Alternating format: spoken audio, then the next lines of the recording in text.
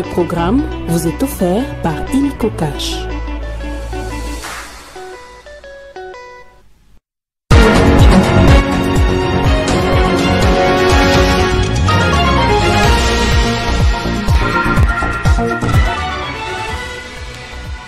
À la une de cette édition du journal, le chef de l'État a effectué un court séjour de travail ce dimanche à Doha au Qatar. Il a rencontré l'émir du Qatar et a discuté avec lui sur les opportunités d'investissement en RDC. Félix Tshisekedi a eu aussi un entretien avec le ministre qatari de la Défense. Et en justice, Constant Mutamba continue d'envoyer des Kuluna à la prison d'Angenga où il espère faire appliquer la peine capitale. Un troisième groupe a été envoyé ce dimanche.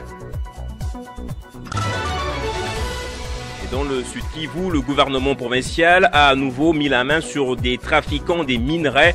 C'est encore des sujets chinois qui ont été appréhendés.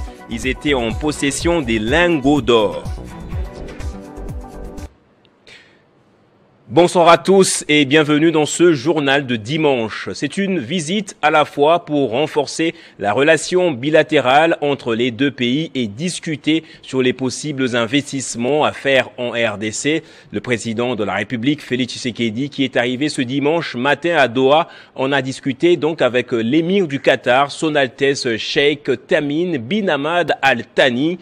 Félix Tshisekedi a pris langue aussi avec le ministre de la Défense du Qatar alors que le pays fait face à une agression dans sa partie Est, agression exacerbée encore ces derniers jours entre les FARDC et le rebelle du M23. Et en justice à présent, il a lui-même dit qu'il veut mettre fin au phénomène Kuluna en RDC. Constant Mutamba continue de faire envoyer des présumés bandits à Angenga où il espère faire appliquer la peine capitale. Ce dimanche, une troisième vague a été transférée. Le ciel ne fait que s'assombrir pour le bandit Urma, communément appelé Kuluna. Ce dimanche 5 janvier 2024, le ministre d'État, ministre de la Justice et garde de Sceaux, Constant Mutamba, a supervisé la troisième vague de transfèrement de Kuluna dans les prisons de haute sécurité. Ces délinquants n'ont qu'un seul espoir, la miséricorde divine. Ils ont été capturés lors de l'opération Zéro Kuluna, incarcérés à la prison militaire de Ndolo, où ils devaient répondre de leurs actes. De la prison militaire de Ndolo, en passant par l'avenue Poids-Lourd jusqu'à l'aéroport international de Ndjili, la population a ovationné les ministres de la Justice, Constant Mutamba, dont l'espoir d'en découdre avec le banditisme urbain est plus que flagrant. Notons que l'opération Zéro Kuluna Ndobo se poursuit sur toute l'étendue du territoire national, dont le seul but de mettre fin à toutes sortes de banditisme dans les villes de la République.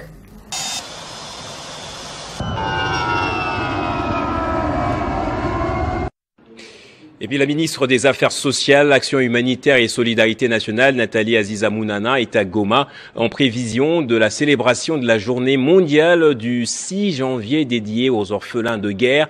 Dès sa descente d'avion, la ministre a expliqué pourquoi est-ce que le gouvernement central tient à restaurer l'autorité de l'État afin que la paix soit effective. En prévision de la célébration de la date du 6 janvier, dédiée aux orphelins de la guerre, la ministre des Affaires sociales, l'Action humanitaire et solidarité nationale, Nathalie Aziza Mounana, est venue ici à Goma célébrer cette journée dédiée à une catégorie des vulnérables qui préoccupe au plus haut point la ministre des Affaires sociales, Action humanitaire et solidarité nationale, Nathalie Aziza Mounana. Je viens pour honorer et consoler les enfants orphelins de guerre. Les enfants ont le droit d'être protégés dans toutes circonstances et de vivre dans un environnement pacifique.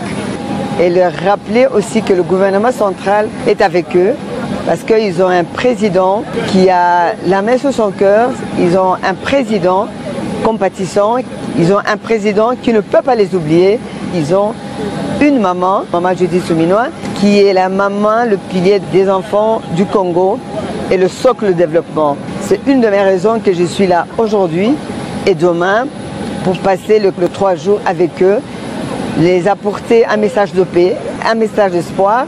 Depuis plus de 3 décennies, L'ambassadrice universelle de la paix et ministre des Affaires sociales, Nathalie Aziza Mounana, travaille au quotidien pour redonner les sourires aux orphelins des guerres. Pour cette année 2025, Nathalie Aziza Mounana a ciblé les orphelins des guerres du Grand Kivu, réunis dans plusieurs camps des déplacés. Et c'est une première pour une ministre nationale de célébrer la journée mondiale du 6 janvier aux côtés des orphelins des guerres dans les Grands Kivu et plus précisément à Goma. La prise en charge scolaire, psychologique et spirituelle font partie aussi du mobile de la descente de Nathalie Aziza Mounana dans la ville de Goma. Et puis on va revenir à présent sur la mobilisation qui a été faite hier à l'occasion du retour du sénateur et ancien gouverneur de la ville de Kinshasa, Gentini Ngobila, autorité morale du parti Alliance des Congolais progressistes par ailleurs. Le député provincial élu de Massina et président de la fédération Tchangou 2, Roland Kikunda, fait partie de ces personnalités qui ont mobilisé pour son accueil. Il est à cet effet l'un fidèle à rester aux côtés de l'ancien gouverneur malgré les dernières péripéties. Dès les premières heures de la matinée, les bases de Roland Kikunda Kiki à Massina et dans tous les districts de Tchangou se sont mobilisés direction aéroport international de Ndjili pour accueillir celui que ses proches désignent désormais comme le Job politique congolais, sous-entendant qu'il a reçu tous les coups politiques possibles sans jamais trahir son engagement.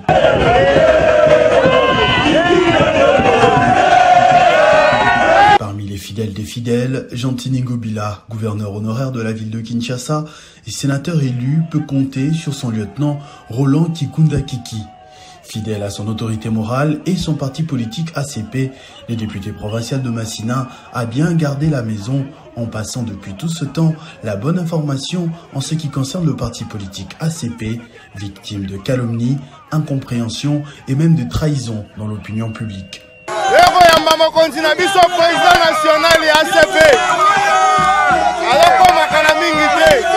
Durant toute la journée, jusqu'à la nuit tombée, avec le concours des membres de la dynamique RKK, les jeunes, les papas, les mamans ont tenu en haleine ce moment avec des chants, des animations, démontrant leur détermination à continuer d'aller de l'avant et à écrire des belles pages d'histoire dans l'avenir du parti politique ACP.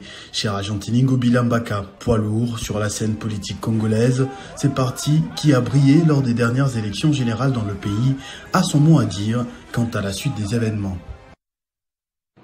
Je le disais dans le sommaire, lutte contre l'exploitation illicite des minerais au sud Kivu.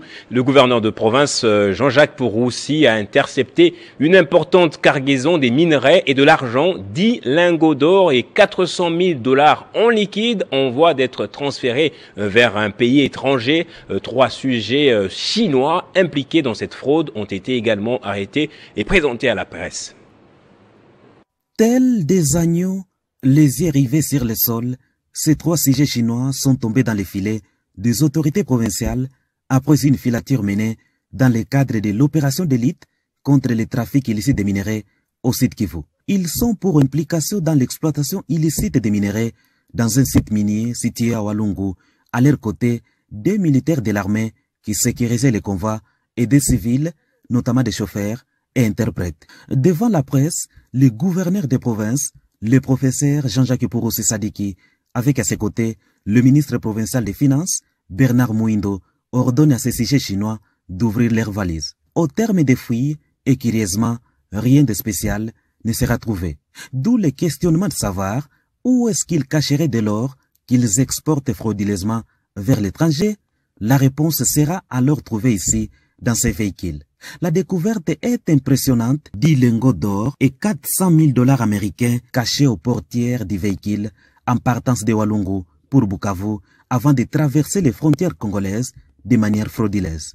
Quand nous sommes arrivés à Machango Burale, immédiatement nous avons vu le véhicule roulant à toute allure. Quand on a dépassé le véhicule, on a regardé sur nos systèmes, on a vu que c'est ça le véhicule. On a instruit nos véhicules à tourner, à faire demi-tour rapidement. Alors on a vu que le véhicule a vraiment essayé de fuir. On a quand même réussi à mettre la main sur le véhicule. Mais en tout cas, on a trouvé 1, 2, 3, 4, 5, 6, 7, 8, 9, 10 pièces en lingots. Et on a trouvé 1, 2, 3, 4, 5, 6, 7, 8. Et ça, il faut dire que c'est 1/10 de ce qu'on nous a bouffé déjà. Mais de prime abord, on a reçu le président de la République, Félix-Antoine Tshisekedi Tshilombo.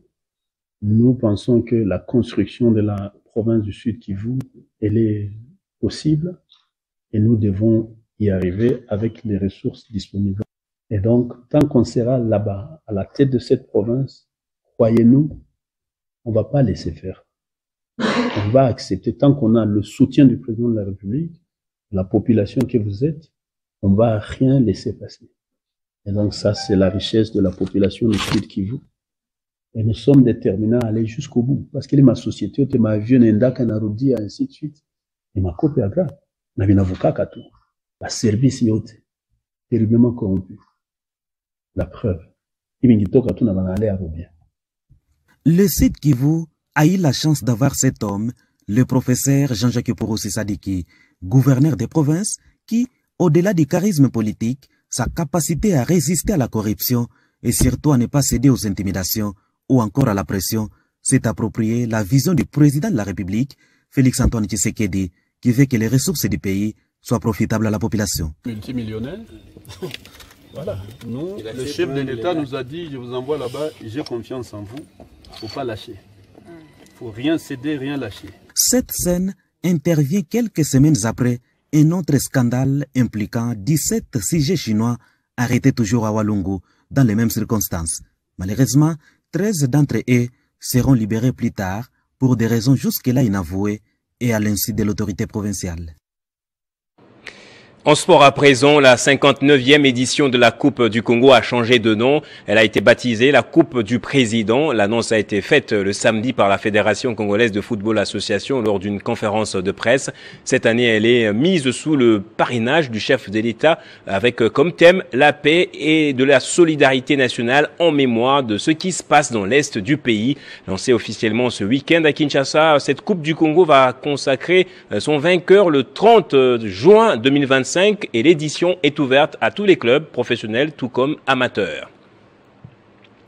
Et on va terminer par ces images que vous allez voir. Le président sortant des États-Unis d'Amérique, Joe Biden, a remis hier la médaille présidentielle de la liberté à une vingtaine de personnalités de la vie politique, sportive et culturelle. La Medal of Freedom est la plus haute distinction qu'un civil peut recevoir.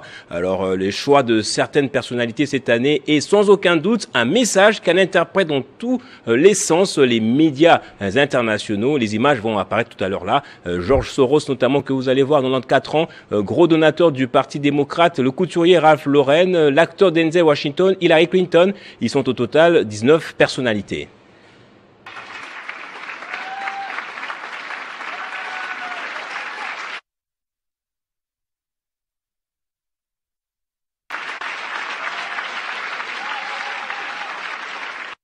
Hey everyone.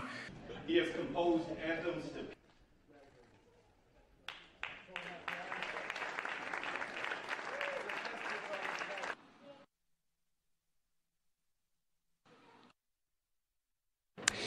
Place au rappel des titres à présent.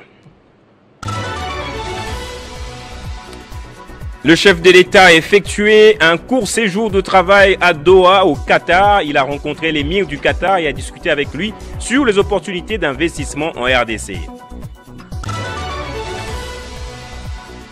Et en justice, Constant Mutamba continue d'envoyer des Kuluna à la prison d'Angenga où il espère faire appliquer la peine capitale. Un troisième groupe a été envoyé ce dimanche. Dans le Sud Kivu, le gouvernement provincial a à nouveau mis la main sur des trafiquants des minerais. C'est encore des sujets chinois qui ont été appréhendés. Ils étaient en possession des lingots d'or et de près de 400 000 $ américains. Et c'est par ici que va se refermer ce journal. Merci à vous tous, madame, monsieur, de l'avoir suivi. Bon dimanche à vous et l'actualité est en continu sur Télé 50.